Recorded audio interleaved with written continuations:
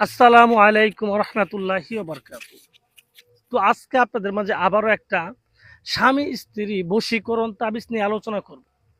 তো আজকে যে তাবিজটা নিয়ে আলোচনা করব এটা 100% একটা কুফরি তাবিজ এবং কার্যকরী তাবিজ।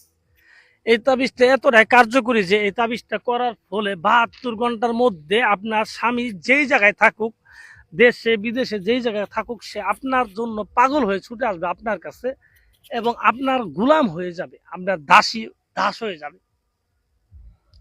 এটা মেয়ে অথবা ছেলে যে কারোর ক্ষেত্রেই করতে পারবেন, কিন্তু এটা করার পূর্বে আমি বলতেছি এটা 100% একটা কুফরি তাবিজ।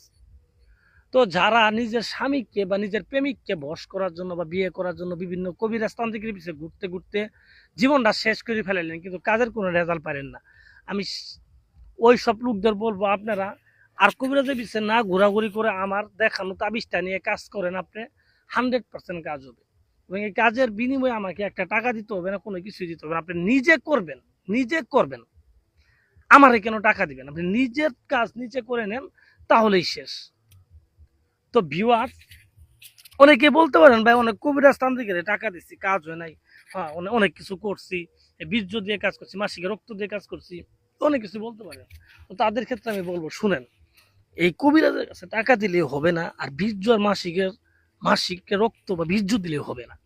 প্রত্যেকটা জিনিসের একটা সঠিক নিয়ম আছে, সঠিক কার্যক্রম আছে, সঠিক নিয়ম অনুযায়ী আপনার কাজ করতে হবে। এই যে বীর্যর কথা বললেন একজনের লোকে, যে বাবু ভাই বীর্য দিয়ে কাজ করছি কাজ হয়নি, তবে শুনেন, বীর্য দিয়ে করলে কাজ হবে না, পৃথিবীতে এমন কোনো কাজ নাই। সঠিক ভাবে বীর্যটা দিতে হবে। আপনার একটা তাবিজের মধ্যে অবিবাহিত মেয়ের মাসিকে রক্ত লাগবে, আপনি যদি বিবাহিত মেয়ের মাসিকে রক্ত দেন তাহলে এটা দিয়ে কোনো লাভ আছে? দেখা গেলো বিবাহিত মেয়ের মানে অবিবাহিত মেয়ের বীর্য লাগবে, আপনি বিবাহিত মেয়ের বীর্য দিয়ে দিলেন, তাহলে তার কাজ করবে না।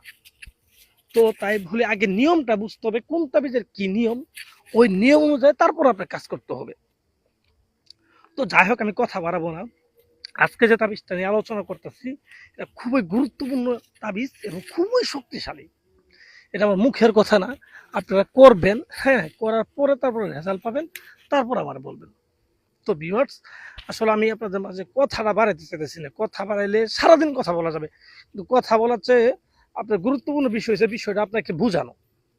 আপনার যদি আমি অল্প কথাতে বুঝাইতে পারি, সেই ক্ষেত্রে